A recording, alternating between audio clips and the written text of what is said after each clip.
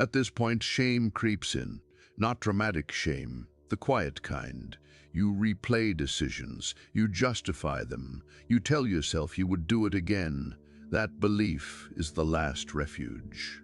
Machiavelli dismantled it centuries ago. He saw that those who rely on gratitude build on sand. Gratitude expires the moment it conflicts with advantage. There is no villain here. That is what unsettles you.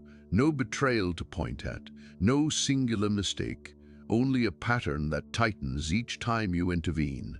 Behavior becomes perception. Perception hardens into identity. You are labeled without words being spoken. The one who will step in, the one who can be leaned on, the one who incurs no cost. You begin to feel it everywhere. In rooms where your silence no longer commands attention, in relationships where your presence no longer alters behavior, in outcomes that bypass you entirely. You are still active, still involved, yet increasingly absent from the axis of power. This is where the unease settles, not in any single rescue, but in what those rescues have made you recognizable as. The losses continue without announcement, and the question you cannot escape is not whether you were right or wrong, but what you have trained the world to see when it looks at you. You arrive early to the client briefing because someone else missed their slide. You stay late to rewrite the deck. You send the email with the subject line, urgent, final pitch deck, please review. In the room, you speak up and close gaps that others left open. For a week, you carry the momentum.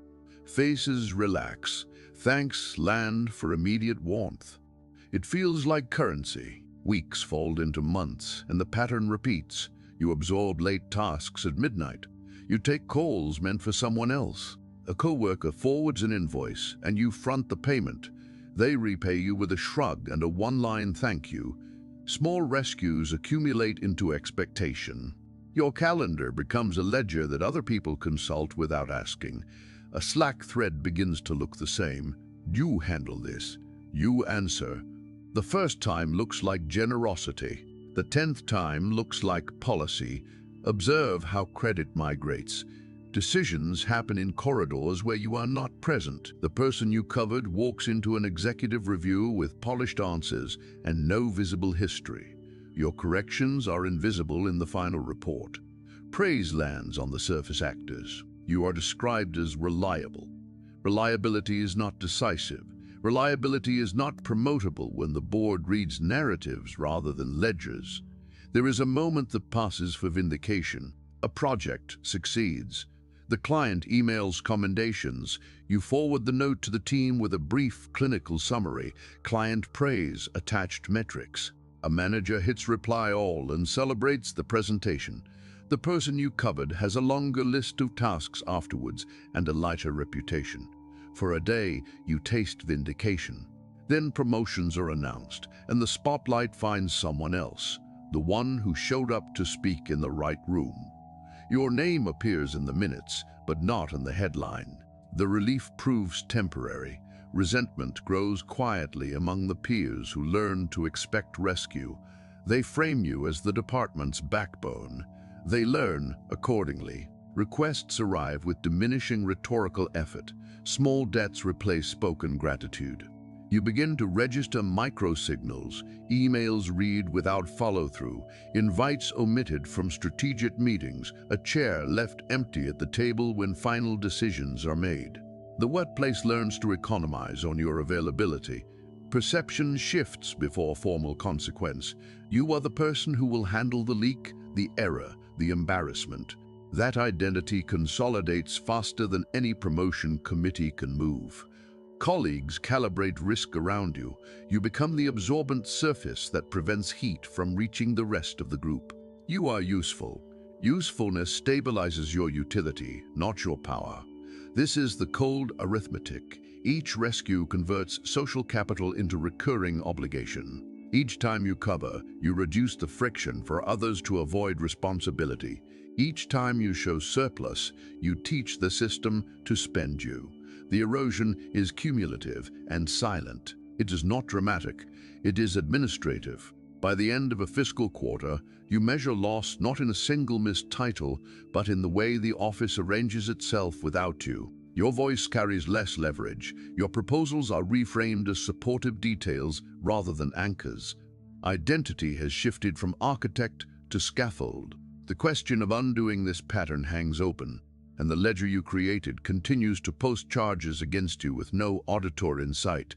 You answer the midnight message about a flat tire and reroute your entire Saturday to drive across town. In the dim lot, you hand over cash, you call the tow, you stay until the apology becomes practical thanks.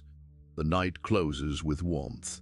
The following week, there's a new expectation, a call for minor emergencies, then larger ones. What begins as a rescue becomes a service. At a restaurant, you pick up the tab when her card declines. You dismiss the moment as courtesy. Months later, you notice how often the bill lands toward your side of the table. The social ledger flips slowly. Gratitude is loud once, then thin. Requests arrive with less hedging. The tone of asking changes. It becomes less beseeching and more transactional. You are learning to be counted on. Late nights tint the pattern. You sit through explanations that spiral on and on.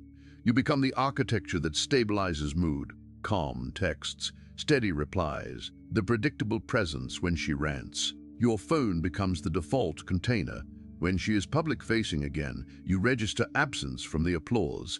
Her reputation is repaired, your emotional labor is forgotten. The tiny acts that felt intimate are repurposed into baseline expectations. Your availability narrows desire. There is a moment of apparent reciprocation, a slow hour where she leans in, names you close, touches that feel like reprisal for past patience. For a brief span, you imagine the ledger balanced. The illusion is immediate and convincing. Then an invitation arrives for a different man who did not do the work. He comes with fewer questions, with a stance that does not measure need. Her eyes widen in a way that once belonged to you. The relief dissolves. The exchange that followed the rescue no longer binds. Observe the method of replacement. Someone else demands less. They require less repair. Their boundaries are intact. They withhold assistance as if it were a resource scarce by design. What you offered freely, they withhold strategically. Attraction shifts toward scarcity. Availability, once marketed as devotion, becomes currency spent and devalued. At parties, you notice how people orbit. You are the steady bench. He is the distant light. Conversations that once sought your counsel now default to his presence. The stories of your interventions do not travel, only the outcomes do. She remembers the rescue, but not the rescuer. You become the infrastructure, not the summit. Your desirability recasts as provider status. The humiliation arrives subtly and constantly. It is not a single betrayal. It is an accumulation. The way flirtation thins, the way urgency dims, the way jokes about your reliability gather like dust. Erotic frustration becomes a quiet ache that reads like self-betrayal. You replay nights where you tighten the ropes and think about what you taught her to expect. This is not about blame, it is about transformation. Each bailout, each fix, each late reply posts a debit on your appeal. Each act that felt noble teaches the other how to spend you. Identity shifts in public and private. You are catalogued as the one who steadies, the one who will not require equal risk. That catalog closes faster than any apology opens it. The pressure accumulates. It moves from behavior to perception to the mark that others read at a glance. You stand under that mark, exposed, and the question you cannot answer is no longer whether you loved well, but what you have trained the room to assume when it looks at you. You arrive at the rehearsal early because someone missed their cue. You tighten a mic, reroute a line, and hand over your notes without comment. The show runs. Applause lands on faces who never stepped into the gap. For a while, you carry the memory of that night like a badge. The badge becomes a job. Months pass. You pay for birthday gifts. Weekend plans are rearranged to suit someone else's crisis. A couch in your apartment holds a cycle of overnight stays that never end. Small loans accrue. Each one snaps shut with a polite thank you and a quiet expectation. The friends who once called about ideas now call about emergencies. The ledger is invisible. The balance is obvious. At the bar, you hold someone's coat while they flirt across the room. You fetch their jacket from the cloakroom at closing time. The following week, they ask for a larger, favor an introduction, a reference, a ride across town. The tone has shifted from friendship to requisition. Requests arrive with less hedging. Entitlement breeds efficiency. You perform, they conserve. Notice the tactical calibration. People around you learn what to ask and how hard to push. They practice tiny escalations, a missed rent, a broken laptop, a family claim. You respond. The escalation stops when you cannot until the extraction continues. Your reliability trains them to test you more boldly. Boundaries erode in millimeters. Social currency flips. Your interventions become proof of identity for others. Someone declares casually, "We always count on you." It sounds like praise. It functions as a contract. Loyalty translates into an unpaid workload. You find yourself defending reputations and smoothing over scandals that never reach the public. Those who steady step into light, you remain in shadow, managing the arc. Moral pressure morphs into moral blackmail. A friend references nights you fixed, but doesn't name the cost. A quiet reminder, you were there when no one else was. Guilt acts as currency. Obligations are framed as gratitude. You feel seen, then trapped. The circle tightens. Invitations shift to expectations, favors to standard procedure, friendship to an economy of debt. Group dynamics harden. Meetings exclude you when strategy matters. Celebrations omit you when credit is distributed. In private, allies who benefited politely distance themselves when a choice becomes risky. When a rumor arrives, you are the one called to mitigate. When praise comes, it is phrased as thanks for effort, never as authorship. Visibility migrates upward. Pain migrates inward to you. The loneliness is administrative. It is not dramatic. It is a thinning of edges. You sit at a table that used to be crowded and watch seats remain empty when the stakes change. You become the person who stabilizes everyone else. The network maps itself without your input. Reciprocity decays into expectation. Identity consolidates before you notice. You are catalogued as the scaffold. That label travels faster than any defense. It changes how invitations land, how support networks form, and how risk is apportioned. Your social map redraws quietly, placing you on the outside of decision and the inside of repair. The pressure ends not with a confrontation, but with recognition of a fact. You have been made indispensable in the moment and dispensable in the tally. The question of severing, of refusing, of reclaiming remains open, dangerous, and untested. For now, the room reads you with a single, settled glance, and that glance is the sentence that will follow you. You announce limits at the Monday stand-up. A quiet line, "I won't cover late requests after 7 p.m.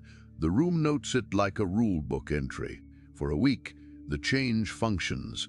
Requests fall into the gaps you defined. People adjust their calendars. The tone of asking softens. Gratitude resurfaces in thin emails. The ledger breathes easier. You register relief. The system appears to recalibrate. A month passes and the relief proves engineered, not earned. The same colleagues reframe needs. Where they once asked for immediate fixes, they now submit phased demands. Can you review Acts 1 and 3? Can you okay the first payment? And we'll handle the rest. Each ask reads as compliance with your rule while shifting costs sideways. At the client pitch, a coworker arrives with your revised slides and a note. You took the hardest part. The gratitude is private. The cost is public. The adaptation you mounted becomes a predictable line item in other people's planning. You trade blunt generosity for measured currency. You log hours. You set explicit terms. You answer the midnight message with a timed reply. I can look at this tomorrow. You charge favors in small increments, returns required for returns. This is appearance management. It is tidy.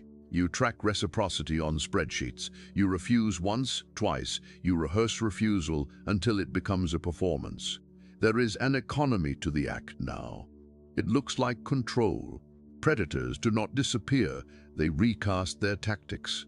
Extraction migrates into the emergence of new obligations, social debts, insider introductions, and moral debts wrapped as remembrance. A friend who once asked for cash now requests presence at a critical family meeting. A colleague who missed a deadline is now requesting review time that falls within your new permitted window. Those who relied on you learn to ask for compensatable labor rather than gratuitous rescue. They offer small public tokens, an Instagram mention, a ceremonial toast that read like repayment but cost nothing. Your measures are visible. Their adaptations are invisible. Cognitive fatigue accumulates. You run calculations during dinners. You rehearse refusal scripts in the shower. You audit every casual favor for downstream liability. Confidence grows brittle because it is no longer faith. It is arithmetic. Each concession you accept now has a ledger entry attached in your mind. The person who once moved freely now moves according to contingency tables. That precision feels strategic. It also feels like an admission that your power depends on constant vigilance. Perception shifts around you. Others read your restraint as a limit they can game. They test with atypical asks that fall within the margins you left open. They escalate in currencies your rules did not cover. You discover favors rerouted into influence and reputation, things you cannot invoice. Invitations omit you when the risk is high. Credit consolidates elsewhere. What you believed you reclaimed in controlled generosity dissolves into new forms of extraction. The costume of dominance sits neatly on your shoulders. It is tailored, visible, and admired at a distance. Underneath, the old pattern continues to operate by different rules. Behavior has altered, perception has hardened. Identity shifts quietly. You become the man who manages limits rather than the man who holds power. The ledger keeps posting charges. The room learns again how to spend you. The question of whether real structural change exists remains unresolved. You stand with measures in place and a more profound vulnerability still unspent, observed by others who have already adjusted. You walk into the review room 5 years after the first rescue. The panel greets the polished project lead with questions only you could have answered. You watch them trade the lines you wrote as if they were original, then ask you for details in a tone that treats your contribution as auxiliary. A promotion is announced. It lands on a different disk. You feel the space where advancement should have been taken, instead by someone whose visibility matched a narrative, not a ledger. The moment tastes like arithmetic, presence converted into expendability. A bank statement arrives that reads like a biography. Small loans, unpaid Ws, and a declined line of credit flagged for excessive personal obligations. The accountant asks about anomalies you already explained in private emails. Friends who once accepted help now introduce partners with firm accounts, and empty thanks reputation fractures in 2 directions. Public competence on the record, private consumption off it. You are paid in quiet currency, and the market has reissued you as a liability. At home, you count evenings traded for other people's crises. The child's recollection, which you missed covering, co-worker's emergency, plays in your head. Invitations are thin at family gatherings. Partners learn the schedule that always bends to external needs. Your sleep carries small punctures, midnight alerts, unscheduled calls, repair errands that read like obligations. Emotional reserves drain inch by inch. Energy that once propelled projects now serves emergencies that never acknowledge their cost. Workplaces internalize your utility and then economize it away. Strategic committees convene at hours you cannot attend because you have already been designated for crisis coverage. New hires arrive without a history of collapse to anchor them. They step into roles without the residue of earlier problems. Decisions are made in rooms where your name appears in minutes only as a footnote. When risk becomes palpable, invitations stop coming. Credit consolidates upward. Burden consolidates inward. Time archives you as a spent resource. Colleagues tell the story without you in it. Old favors morph into footnotes on other people's resumes. Financial buffers thin into routine deficits. Health markers nudge upward tension at the jaw. An annual check that finds nothing dramatic but records a trend. Social maps redraw, and your pin is pushed to an outer ring where presence means service, not influence. You rehearse possibilities quietly and find them smaller each year. The ledger that once promised eventual balance now posts only new charges. Nostalgia becomes another form of pain. You remember the architecture you once built and see how other people furnish it for themselves. Anticipatory dread arrives as calendar items you do not want but cannot refuse. The decay does not collapse in a single catastrophe. It accumulates like sediment, slow, invisible, until the profile of your life is altered. Your options narrow by attrition. Offers that require presence do not come. Roles that require assertive boundary and visible authorship go to others. Leisure assumes impossibility. Dominance reduces to a memory of choices that once seemed generous. You stand at the long view and feel the identity that has been written for you, not absent by negligence, but catalogued by 1,000 small acquiescences. The sentence is not loud. It is a settled fact that the room carries silently when it looks your way. There is no rewrite offered here, only the register that records you as spent. Look back across the rooms you have moved through, and you will see the exact mechanism wearing different clothes. At work, you absorbed failure and converted it into smooth delivery. In attraction, you absorbed chaos and transformed it into calm. In friendship, you absorbed obligation and transformed it into continuity. The surface domains differed. The structure never did. Rescue became your signature, and signatures travel faster than explanations. This is where the pattern tightens. What once felt compartmentalized begins to fuse. The coworker you covered now references you in passing when a project collapses publicly. Your name appears near the failure, not the fix. The partner you stabilized recounts your history during an argument, selectively, to justify distance. A friend who borrowed quietly now frames your past help as proof that you were always responsible for their outcome. Private rescues become public exhibits. The ledger you kept silently is produced by others when leverage is required. Third-order consequences surface without warning. A contract dispute escalates because you fronted costs informally. There is no paper trail, only expectation. A legal letter arrives, requesting clarification of responsibilities you assumed verbally.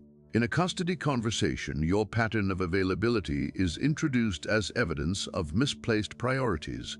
Assets you treated as communal are treated as divisible by others. The rescues you thought were personal choices become precedents with teeth. Betrayal does not announce itself as malice. It arrives as normalization. Stories about you circulate that sound neutral, dependable, always there, stepped in when things went wrong. The subtext is fixed. You are the backstop. Backstops are blamed when the net fails. When something breaks publicly, your history makes you the plausible custodian of fault. You trained the audience. They read the script you wrote with actions. Legacy enters the frame. Children watch who interrupts dinner to answer calls. They learn what bends and what does not. Social networks map you as serviceable, not central. Invitations are extended with assumptions attached. Your future interactions arrive pre-shaped by a reputation that predates the meeting. Dominance is no longer about the rune you command. It is about the inheritance of position you pass forward. Submission, once a momentary act, is now a persistent signal that others read before you speak. The illusion that isolated apologies or strategic generosity can erase this collapses here. The world does not reset. It accumulates. Each rescue stacked weight onto a structure that now leans in one direction. You cannot explain your way out of a topology. You cannot renegotiate a signature that has been countersigned over time. Moral vertigo deepens into something colder. It is not just that you lost status.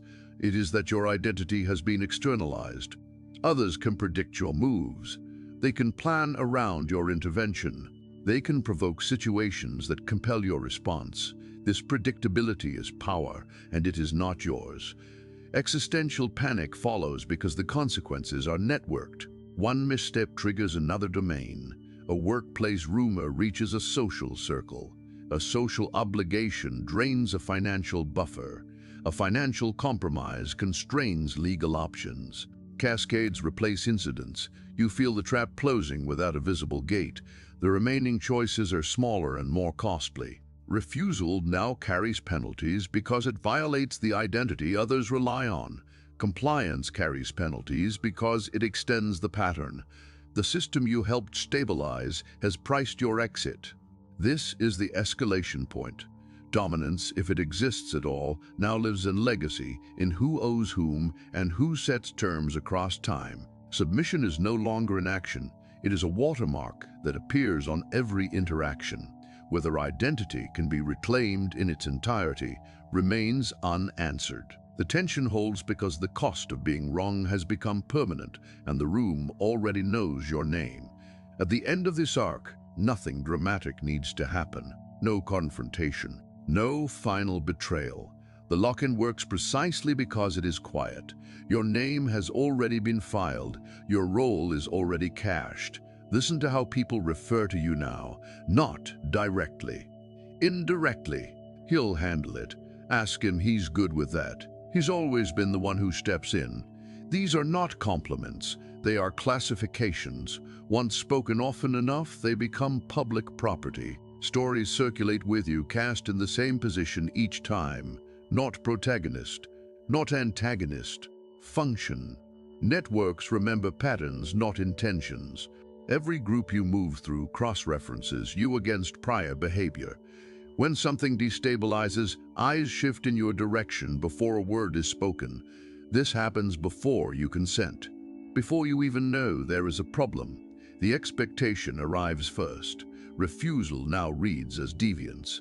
Compliance reads as confirmation. Either way, the script advances. Anchors harden. Financial arrangements you once treated casually become referenced obligations. Verbal assurances are recalled with precision when leverage is required. Legal exposure grows from habits you normalized, fronting costs, assuming responsibility, speaking on behalf of others. There is a paper trail where you never meant to create one, and silence where you assumed memory would fade. It does not. Anonymity is gone. You cannot quietly repair this. Every corrective move is interpreted through the identity already assigned to it. If you withdraw, it is framed as abandonment. If you explain, it is framed as an excuse. If you negotiate, it is framed as a debt collection effort. The structure resists revision because it benefits from your position. Systems protect what stabilizes them. Dominance, if it exists here, is no longer personal. It is institutional. Reputation, precedent, and expectation now carry more force than your preferences. Others act in advance of your decision, confident they know the outcome. They schedule around you. They promise on your behalf. They design contingencies that assume your intervention. Submission operates automatically without request because it has been trained. You feel resignation set in alongside clarity, not despair, recognition. The understanding that identity, once externalized, moves faster than will. That power lost through repetition does not return through intention. The saver role has terminal costs because it invites permanent access. Access, once granted at scale, cannot be revoked without penalty. The final pressure is this. You are no longer deciding whether to help. You are deciding whether to violate an identity others rely on. The cost of that violation is unknown, but it is not hypothetical. It will be enforced socially, financially, and reputationally. The system will test your deviation. Hard. This does not resolve here. It cannot. Whether identity lock-in is absolute or extreme, and whether, even if extreme, costly maneuvers could alter the trajectory, remains unanswered. What is determined is simpler and more dangerous. The role you trained the world to expect from you now exists independently of your intent. And once a role becomes predictable, the room stops asking who you are. It only asks when you will comply.